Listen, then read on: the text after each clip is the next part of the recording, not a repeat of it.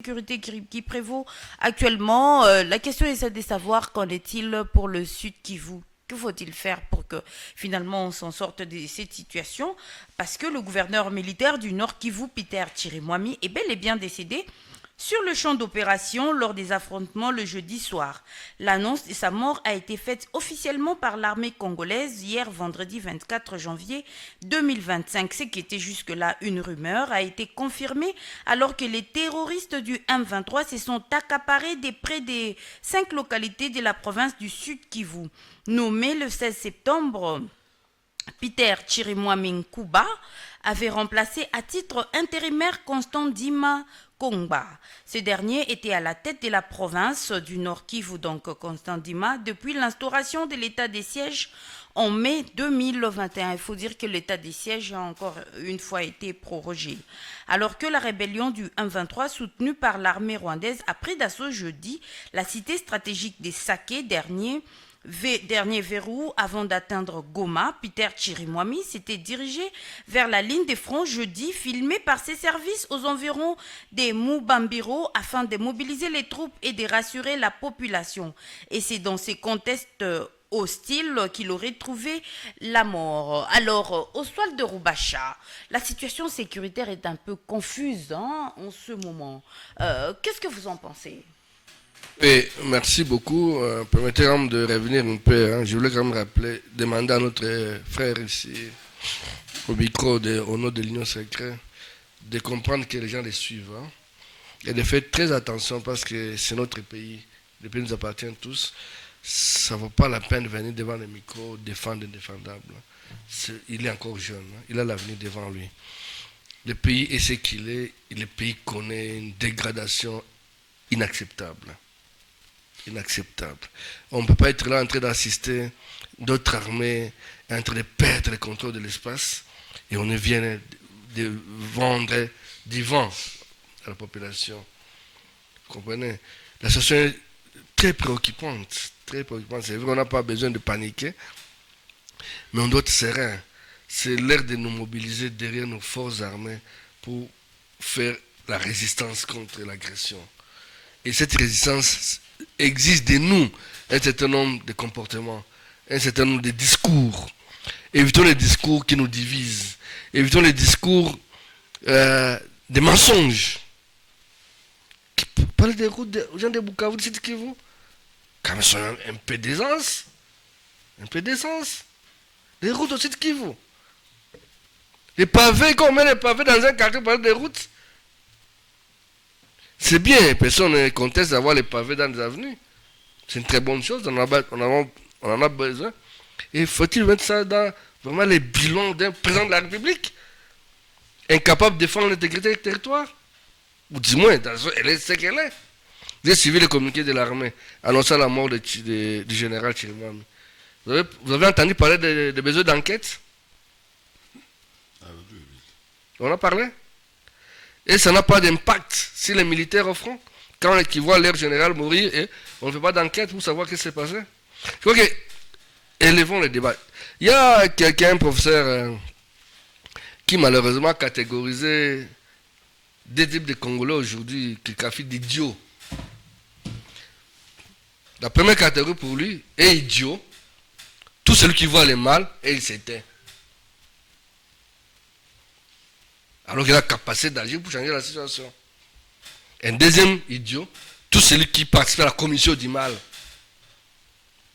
Lorsque le pays s'effondre et vous participez à l'effondrement du pays, il vous qualifie d'idiot aussi. Parce qu'un idiot, psychologiquement, c'est quelqu'un dont le coefficient intellectuel est en dessous de 20, un inconscient.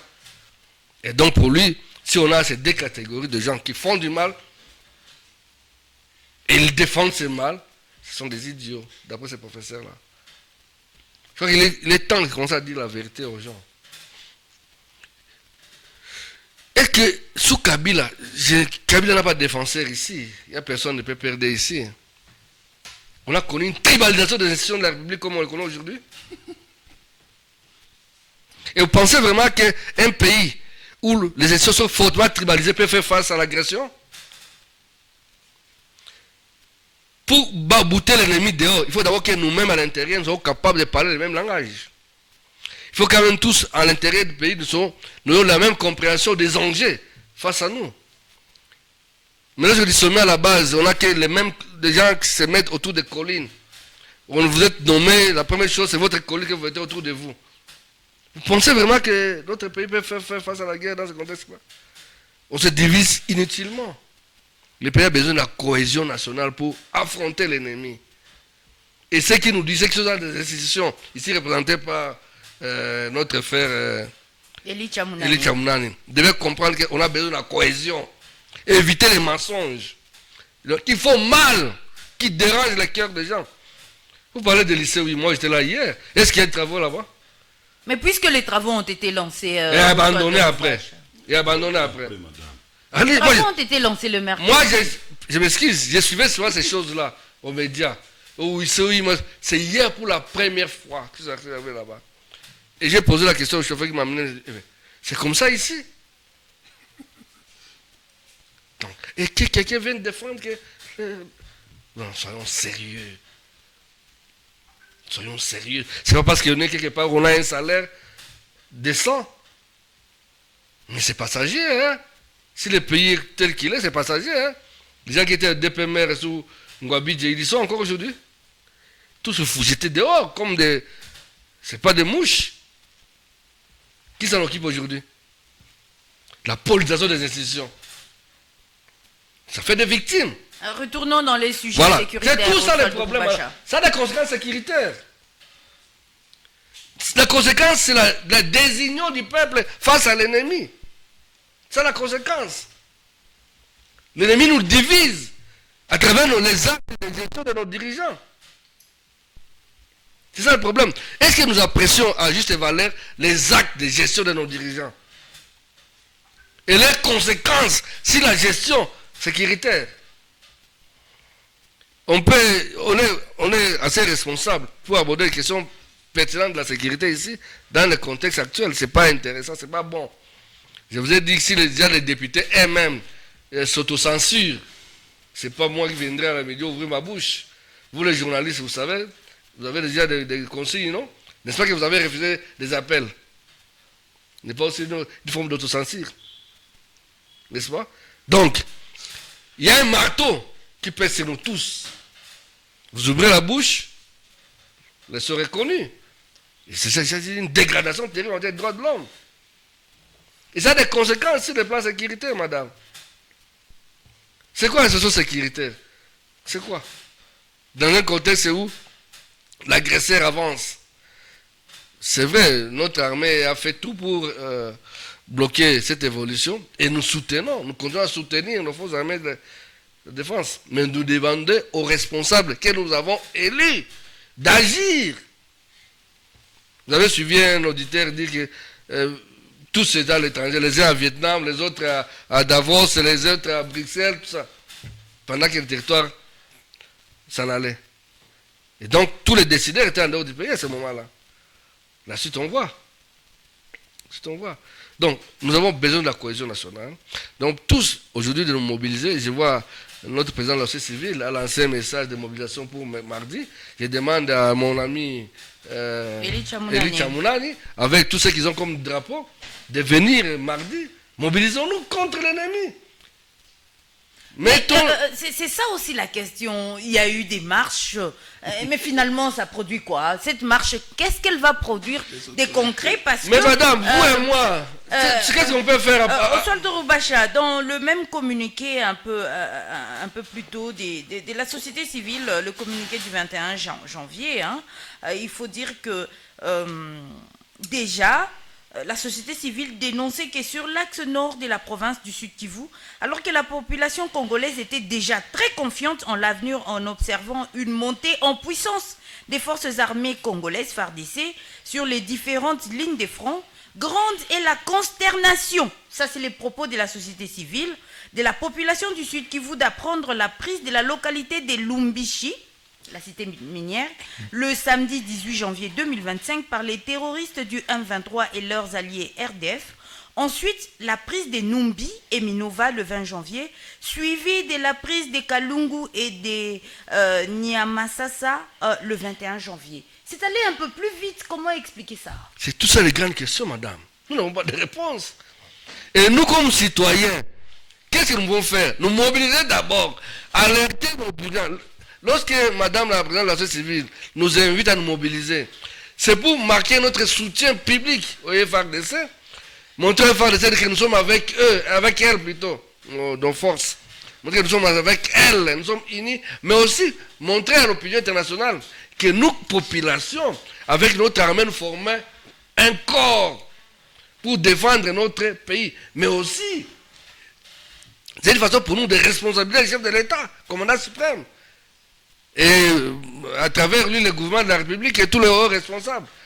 Parce que c'est une occasion pour nous de lancer notre cri de détresse. Nous avons élu les gens pour qu'ils s'occupent de notre sécurité. Et voir que notre société est en train de se dégrader. Et nous nous mobilisons pour les rappeler devant leurs responsabilités. Et que la communauté internationale comprenne que nous construisons un corps indivisible. Vous comprenez? C'est ça le sens profond d'une telle manifestation. Mais ça nous empêche d'agir en donnant des informations utiles à nos services. Comme citoyens, nous avons l'obligation de nos services, si le mouvement a des suspects, si dans nos avenirs, dans nos maisons, on passe par là, s'il y a des suspects, s'il y a des mouvements suspects, c'est à nous d'informer à nos services et nous invitons nos compatriotes à les faire, à partager avec nos services tout ce qui est suspect dans nos avenirs, dans nos quartiers, dans nos maisons. C'est notre manière d'agir et de nous mobiliser comme un seul corps face à l'ennemi commun. Comprenez? Et pendant ce temps, nous demandons communicateurs des partis politiques au pouvoir d'un peu d'aisance dans des moments actuels. Il faut vraiment beaucoup d'aisance. Il ne faut pas quand même qu'on doit énerver les esprits, à déranger le cœur des gens. En parlant des routes aussi, qui vous c'est une moquerie. Vous avez une route, on peut faire Bukavu Chamoun aujourd'hui, même Bukavu Walungu. Et dites-moi, à part Kabare, plus ou moins, quel est le territoire qui est connecté à Bukavu aujourd'hui? Donnez-moi, dites-moi, quel territoire qui est connecté à Bukavu aujourd'hui? Soyons sérieux. Soyons sérieux.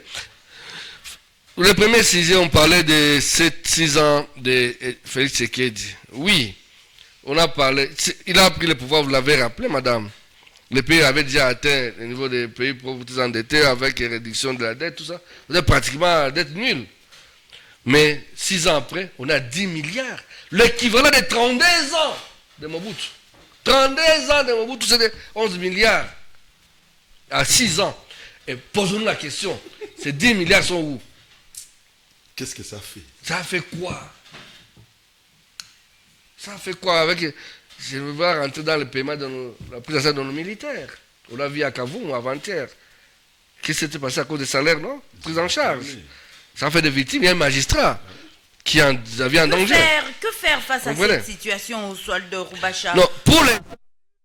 L'archevêque des Bukavu qui s'est exprimé, qui a demandé à la population de ne pas quitter, la ville. Et ça va se passer comme ça. Et vous avez compris ce message-là. Si déjà l'archevêque, l'autorité morale de nous, les fidèles catholiques, nous demande de ne pas quitter nos maisons, ça veut dire quoi? Alors, il dit ceci je prends un extrait de son message intitulé « Que devons-nous faire ?» C'est ça la question de son message. Alors, il extrapole en disant « Pèlerins d'espérance en cette année sainte et jubilaire, gardons dans nos mémoires ces sages recommandations. Ne perdons pas cœur. Ne nous laissons pas entraîner par l'esprit du mal. Prions le Seigneur et demandons-lui que toutes les communautés en conflit dans notre région des Grands Lacs trouvent un chemin d'entente pour vivre dans la paix sans distinction des tribus, d'ethnies et des races et à respecter le lieu de vie de chacune des tribus. Cela éviterait à certains d'errer sans issue ou d'être contraints de vivre lamentablement en bande armée des pillards et d'assassins, disait un sage. Il continue. Chers frères et sœurs, ça c'est lui qui parle, Monseigneur Maroy. Restons chez nous, n'abandonnons pas nos villages et nos maisons. Nous n'avons qu'une patrie et elle n'est ni à vendre ni à saucissonner. C'est une terre que Dieu nous a donnée et que les ancêtres nous ont léguée. Protégeons-la et veillons sur elle sans complicité ni duplicité. Nous demandons à ceux et celles qui ont reçu mandat de nous protéger d'exercer réellement leur charge en assumant leurs choix politiques pour le peuple, pour la patrie, pour la nation tout entière. Protégeons-la et veillons sur elle sans complicité ni duplicité. Qu'est-ce que cela signifie? Vous comprenez? C'est pratiquement ce que je suis en train de dire. C'est pratiquement ce que je suis en train de dire ici. Il nous appelle à la cohésion nationale. De ne pas nous diviser par des discours de haine, de rejet, mais de composer comme une communauté unique face à l'ennemi. 2, il demande aux dirigeants élus d'assumer leurs charges. D'assumer leurs charges. Nous payons nos impôts, nous payons nos taxes. Pourquoi? C'est pour qu'ils nous protègent. Et quand les villages tombent l'un après l'autre, et les villes menacées, les généraux tombent, ça dit qu'ils ne sont pas à la hauteur. Mais parce qu'ils ne sont pas à la hauteur, nous ne pouvons pas les jeter comme ça dans les moments difficiles. Monseigneur me demande de nous mettre ensemble. De nous mettre ensemble. Unissons-nous, défendons-nous menons une résistance pacifique. Et que l'armée fasse son travail. Que l'armée fasse son travail. Et pour que l'armée fasse son travail, elle doit se sentir soutenue par la population. Mais surtout, les chefs doivent se rassurer que son armée qu'il commande, le commandant suprême, fait sa mission. C'est pas à Davos, c'est pas à l'Afrique du Sud, c'est à Kinshasa, c'est à Goma, c'est à Beni qu'il doit être. L'armée doit sentir qu'elle a un commandement.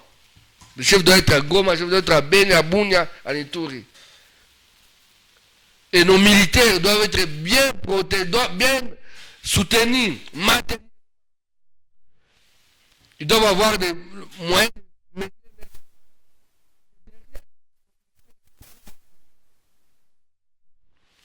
Ils ont femmes et enfants qui doivent être encadrés. Les militaires qui sont au front doivent être rassurés que derrière lui, sa femme dort tranquillement, ses enfants aussi étudient. Voilà la cohésion nationale. Voilà comment se construit l'unité d'une nation. Et c'est ce dont on a besoin maintenant là, que nos militaires, je l'ai toujours dit, les vrais patriotes congolais, c'est dans l'armée. C'est dans l'armée. La politique est pleine de traîtres. Les meilleurs traîtres sont dans la politique. Et les vrais patriotes sont dans l'armée. Voilà les contrastes. On aurait bien voulu aussi avoir des patriotes dans la politique. Comprenez? Soutenons notre armée. Soutenons notre armée à ce moment difficile. Et la meilleure manière de les soutenir, je me souviens dernièrement, lorsque Sylvie avait organisé des mobilisations. On a apporté des soutiens en termes médicaux, en termes de vivres aux militaires au front.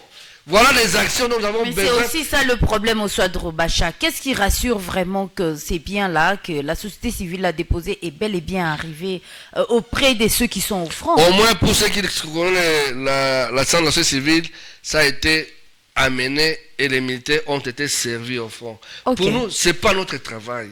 C'est le travail de l'État. On le fait, c'est juste parce qu'on sent les besoins de rassurer nos militaires. Montrer à la communauté internationale que nous, avec notre armée, nous construisons un corps. Et c'est notre manière de responsabiliser le chef de l'État et toute sa chaîne de commandement. La communauté internationale demande à la République démocratique du Congo et le Rwanda de retourner sur la table des négociations en Angola. Vous avez suivi les messages de Monseigneur. Il demande aux dirigeants d'assumer leur choix. N'est-ce pas? Vous avez les messages de Monseigneur. Vous avez pris des choix politiques et diplomatiques. Assumez-les. Allez jusqu'au bout. Donc, il y a un processus à Luanda, il y a un processus à Nairobi. Assumez jusqu'au bout. Pourvu que le peuple trouve la tranquillité. Et si la communauté internationale demande Kinshasa qui garde de revenir autour de la table, processus de Luanda, non? C'est un choix fait de dialoguer avec les Rwandais. Alors il faut aller jusqu'au bout. Il faut aller jusqu'au bout. Mais la question maintenant, je me pose parfois, est-ce que le Rwanda. Pourquoi on ne parle pas d'Ouganda? Pourquoi on ne parle pas d'Ouganda?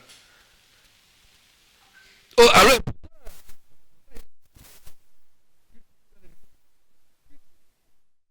Et l'Ouganda a été cité dans le rapport des Nations Unies. Nations Unies.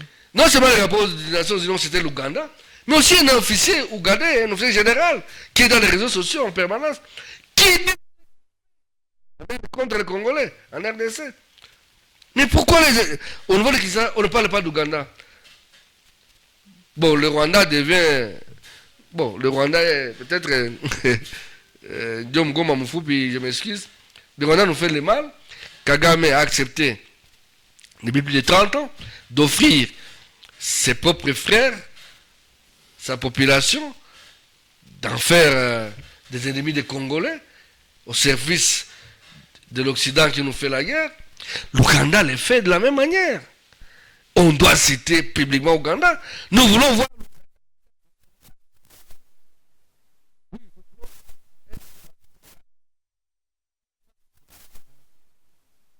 que l'Ouganda est du côté des agresseurs. Il faut le dire haut et fort. Et les institutions nationales doivent l'assumer, doivent publiquement assumer le rôle d'agresseur d'Ouganda dans notre pays, à côté du Rwanda. Merci Il faut le faire à Luanda. Et si le chef d'État n'est pas d'accord avec le processus d'Nairobi, il doit assumer jusqu'au bout. Merci beaucoup. Alors,